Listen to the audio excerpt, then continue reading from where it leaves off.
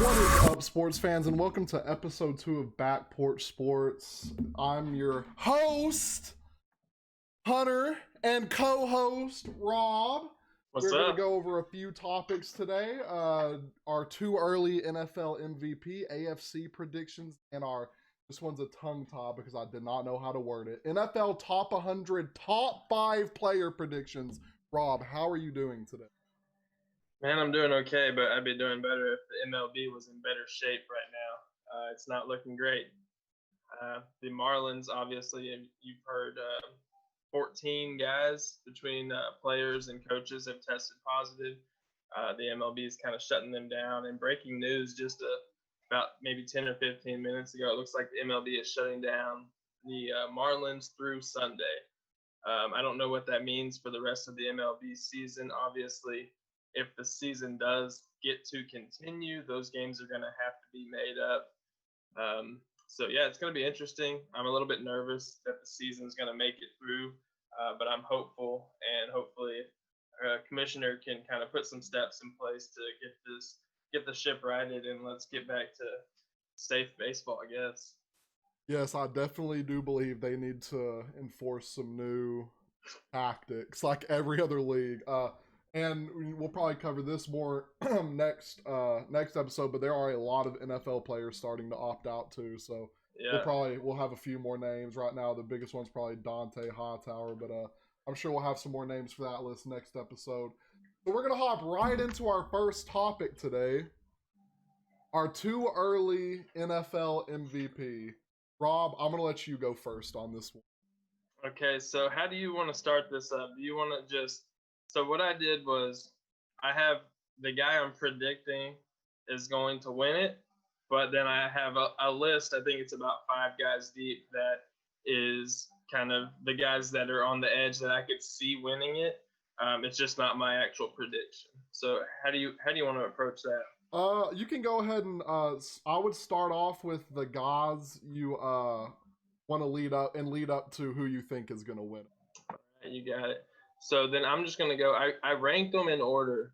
I have 5 here. So I ranked them from who I think is least likely to win it out of my 5 all the way up to the one that I'm predicting to win it. So my least likely, my number 5 pick for MVP this coming year is the reigning MVP, Lamar Jackson.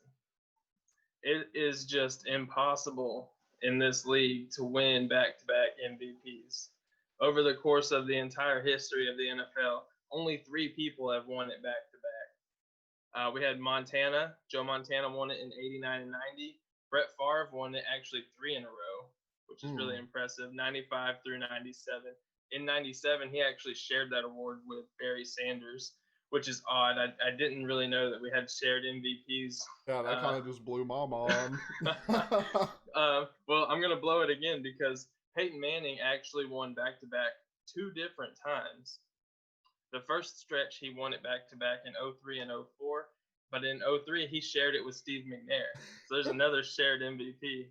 I don't know what the reasoning behind those were, but it's interesting. And then he also won back-to-back in 08 and 09.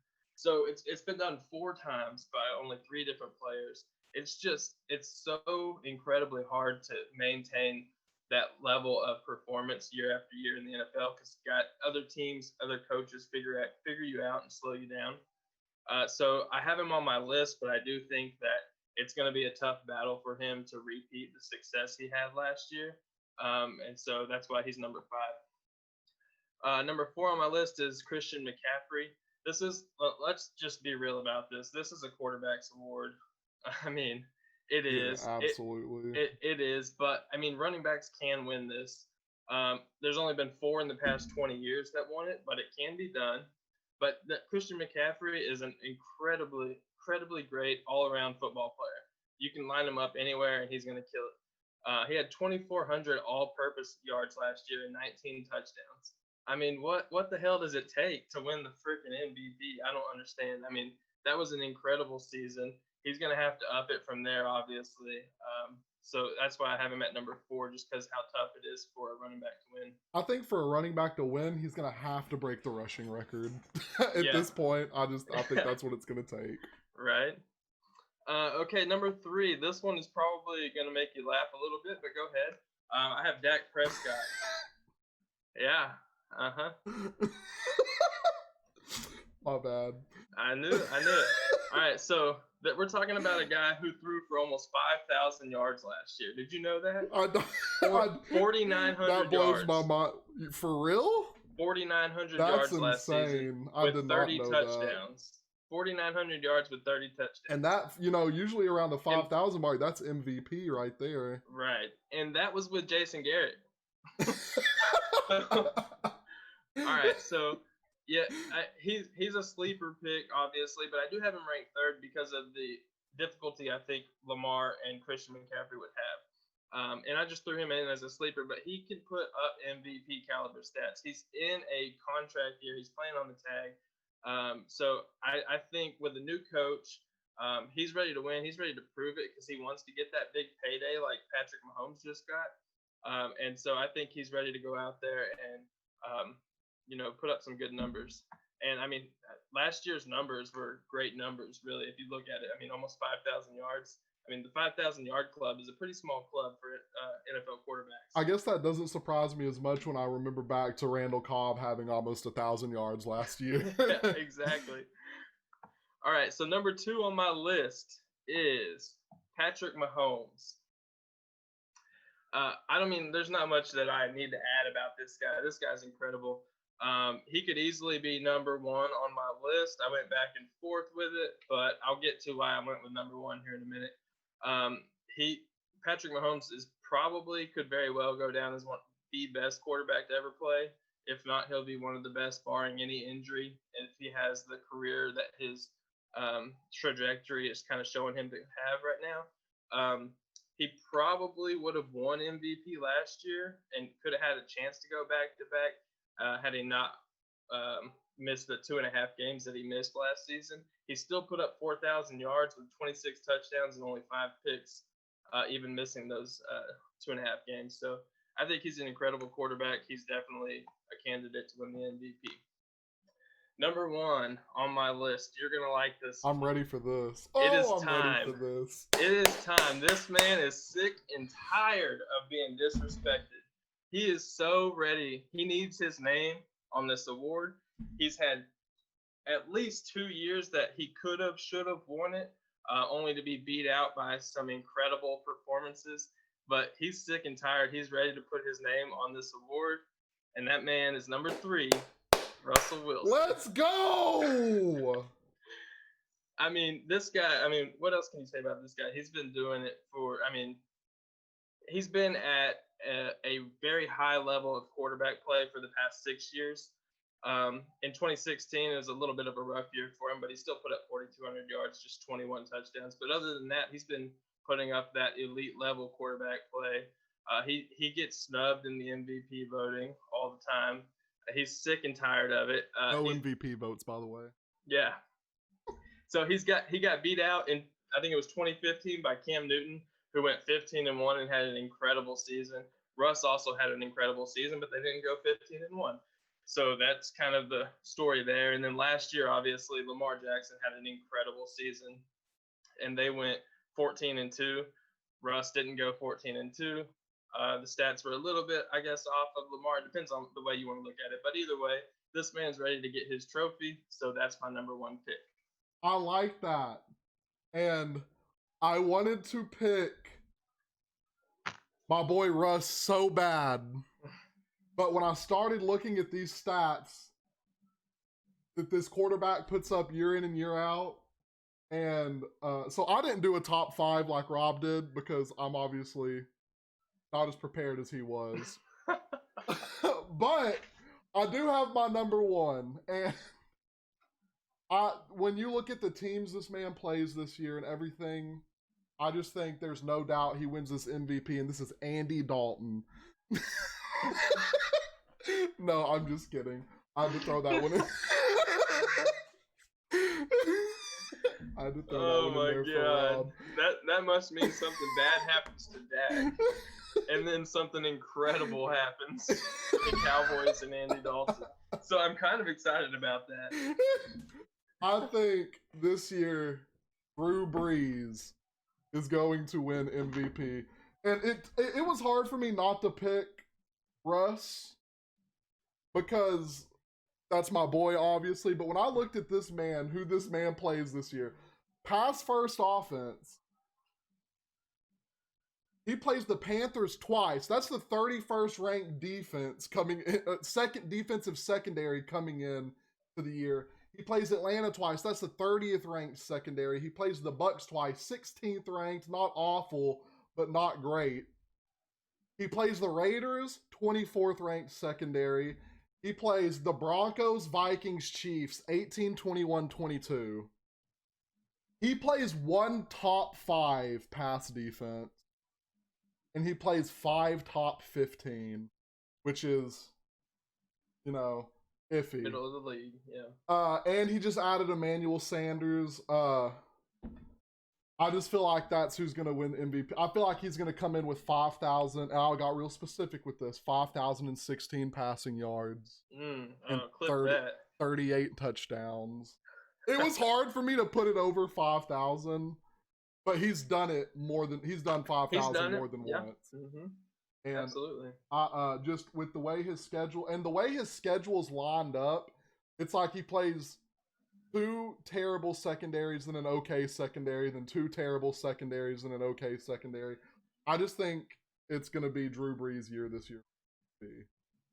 So nice. That is my thought on that. I'm sorry mine wasn't as long as Rob. I'll get better, but yes. So we're gonna put this down in the books and see who's right at the end of the year between Drew Brees and Russell Wilson. I forgot Russell Wilson. Anyways, do you have a prediction on Russell Wilson's stat?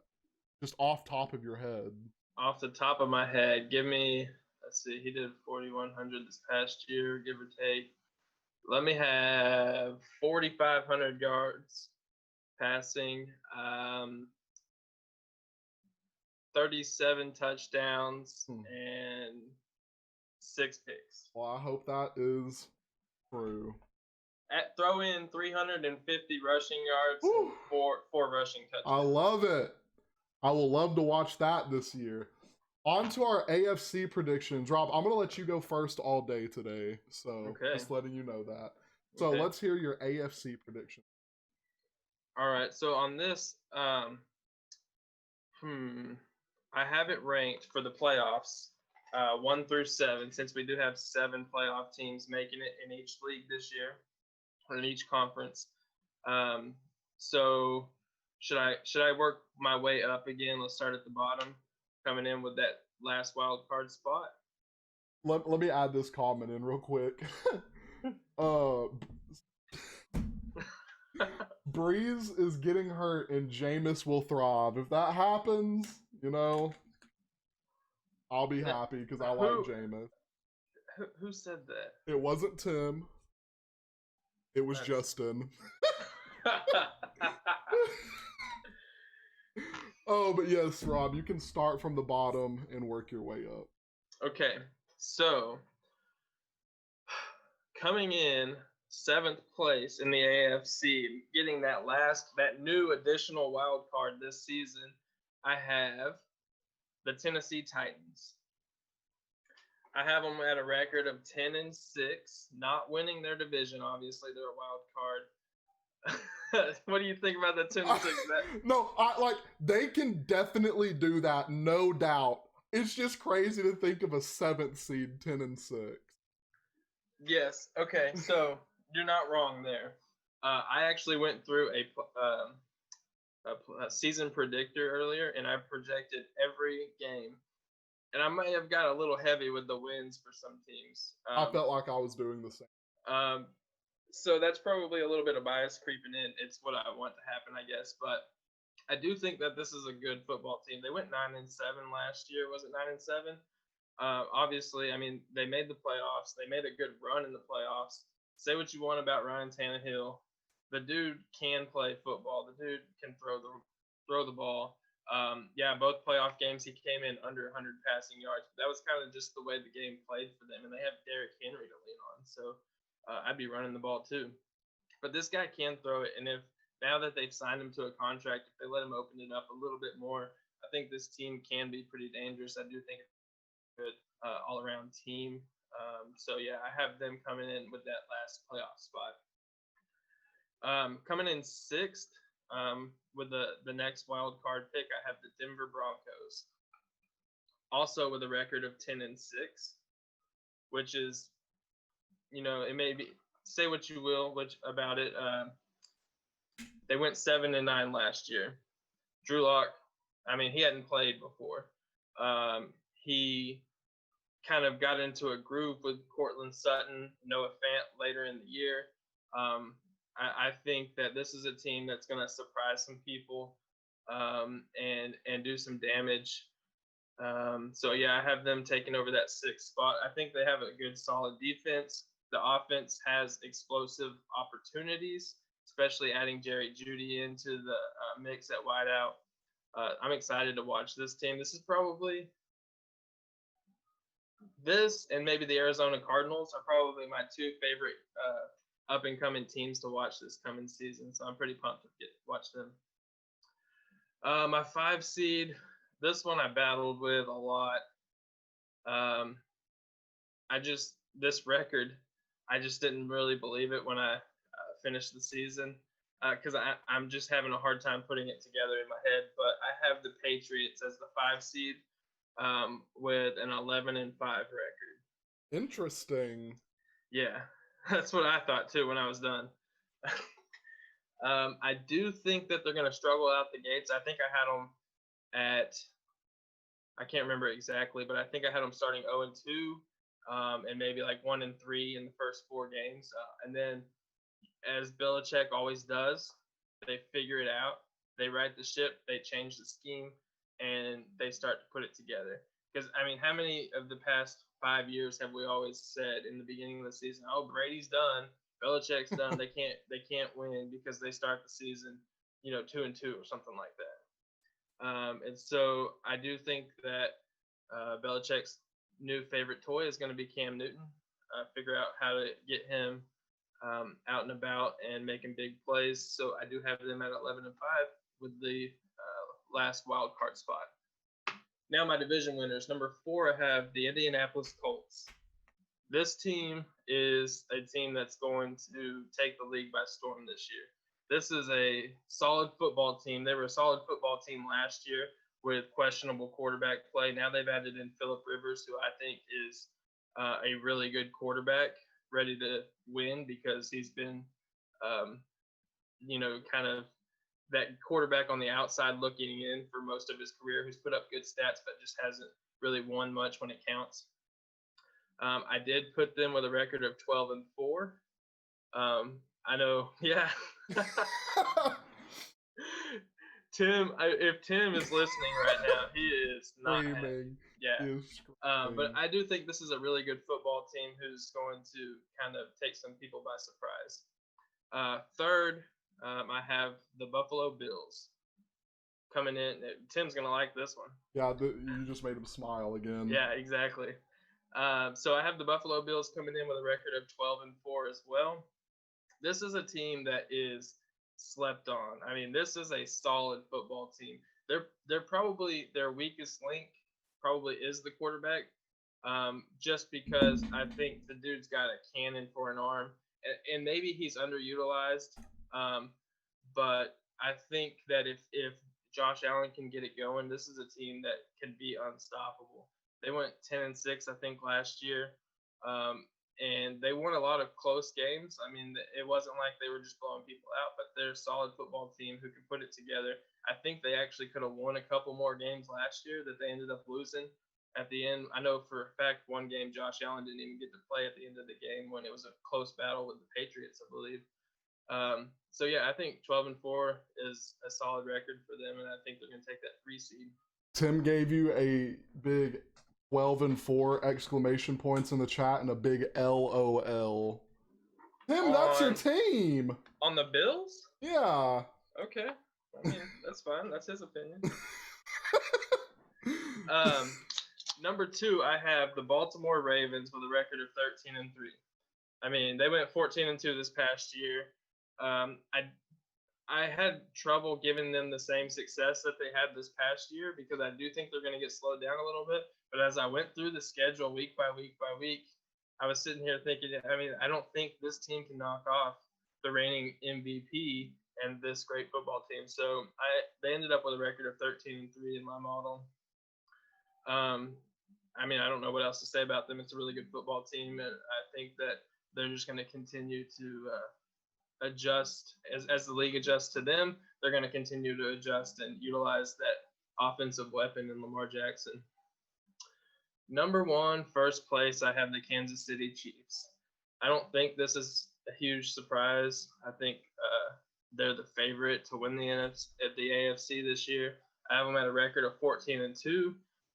To be completely honest, I had a hard time finding 2 losses for them on the schedule. But I did. I put them in because it's extremely hard to go undefeated in this league. They must play the Cowboys at some point. Oh my gosh, no, they don't. So I have them at a record of 14-2. Obviously, they're a powerhouse. Their right guard did opt out of the season, Laurent Duvernay. He's going back to Canada where he's from. He's working in the health industry, and he wants to kind of serve his community through this COVID crisis. So he did opt out. So that's their starting right guard, which makes you question a little bit how much their offensive line is going to change. But I do still think that this is a well-built team all the way around. Andy Reid is a great football coach. He sucks at clock management, but he's good at everything else. So I think that they're going to win the AFC, at least in the regular season. Well, I can definitely say that we do have some differences in our list, and I'm ready to start with my 7th seed. Tim, are you listening? The Cleveland Browns at 8-8. When I was going through it at first, I had the Browns higher than 8-8. I think I had them at like 11 and something, and I just could not bring myself to accept them winning 11 games. I think they can do it with a better coach, but the reason I have them making playoffs and at 8-8 is, you make playoffs in December. That's where real coaches are found. Well, we don't know about their coach, but I do know they play 2 really bad teams in December in the Jets and the Giants. And then they played 2 more. They're actually, I forgot who they were, but they were actually, pretty decent teams. So I think they're splitting in December. I definitely think they're going to go 8-8. If they don't go 8-8 with that offense and that their defense is solid, they just need to rebrand and move somewhere because it's definitely a Cleveland curse. Baker, I think, will have enough to get them to 8-8. I hope it's enough for the team because, like I said, I don't know about the coach, so that's the big question mark right now. My number 6, I have the Steelers at 9-7. I think they're going to do enough to get in. I think that defense is going to carry most of the load, but then as long as Big Ben stays healthy, that offense should be fine. We definitely don't want to see 3 quarterbacks this year again because they definitely could not make that decision. My 5 seed, Tim, this one's for you. It's not the Texans. I'm sorry. It's the Bills. You can be an official Bills fan now. We'll accept it. I have the Bills at 10-6. It's where they finished last year. I don't think they did get better with Diggs, but as everyone knows, I like Thielen more than Diggs, and Diggs does have a tendency to get hurt. I think I'm going to put them at 10-6 to be safe because I don't think they really did anything spectacular to get better other than that. My 4 is the Titans, 10-6 as well, winning the division. I just don't think we're going to get a good version of the Colts. I think everyone else in that, I think they're going to sweep everyone in that division. Wow. Okay. Here's my hot take. Derrick Henry. Well, I can't say that because I made Drew Brees my MVP. Derrick Henry will come close to breaking the rushing record if he performs every game. Derrick Henry likes to start later in the my 3 seed, which I thought this was funny when you said it. I have the Patriots at 11-5. I have them winning their division. I struggled with that. Did you struggle with that? I did at first. I felt like I needed to put the Titans over them, and then I just looked at the schedule and I was like, they still play the Dolphins twice. They still play like they play the Jets twice, right? Uh-huh. Yeah, they play the Jets twice. That's 4 wins right there, easy. Their schedule wasn't insanely hard for the caliber team and coaches they have. I will say, I made this list before 6 Patriots opted out today. I will say that. So this might be different. At 2, I have the Ravens 12-4. I really don't have to elaborate on that. Rob really hit the nail on the head. They just have the reigning MVP. And I just don't think anything bad is going to. They did lose a tight end. They did gain another tight end, though. They gained a running back. They gained, pretty sure they drafted a corner. They already have like a solid top 5 secondary. And I mean, they have Mark Andrews at tight end, so yeah, losing another tight end. Yeah, I know they just went. They did a lot of like. They ran with like. I think we saw 3 different tight ends. They did have like 3 different. Yeah, but I mean, when you have Mark Andrews, I mean, that's a guy that can play almost every down. So. And then obviously number 1 at 13-3, the Chiefs. I don't see them falling off anytime soon. I think they're gonna have a great team. They just locked up their best pass rusher. It does suck that, you know, with players opting out and stuff, we don't know the certainty of who's going to be playing the season. But yes, I do have the Chiefs at number 1. Okay. So our next topic, the tongue twister, the NFL top 100, top 5 player predictions. So every year, the NFL does their top 100 players, and it's basically based off. They have a list every year, so they show who moved where. It's based off how they performed the last season. This is our top 5 predictions. Rob, if you want to go ahead and start from the bottom. Okay, so coming in at number 5, and just so we're clear here, this is voted on by the NFL players. And there's a lot of, I feel like it's not always, but I feel like there's a lot of name recognition. And there's a ton of recency bias, but that's kind of what it's based off, because it's what you're coming in from the previous year with. So this is my prediction of it, not necessarily. It's pretty close to what I would do, anyways. But number 5, I felt like I had to slip this guy in. It's Michael Thomas.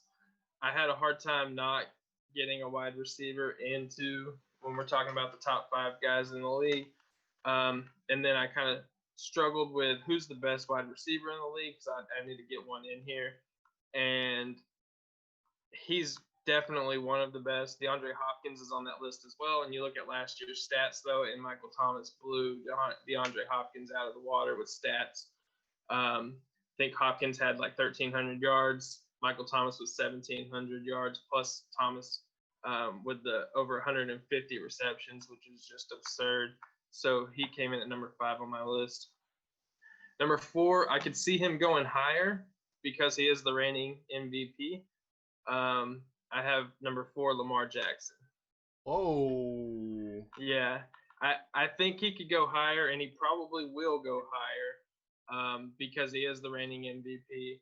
I don't think he's number 1. I don't think he should be put number 1, but it's very possible he would be put number 1. So I have him coming in at 4. Obviously, an incredible season, over 1,200 rushing yards.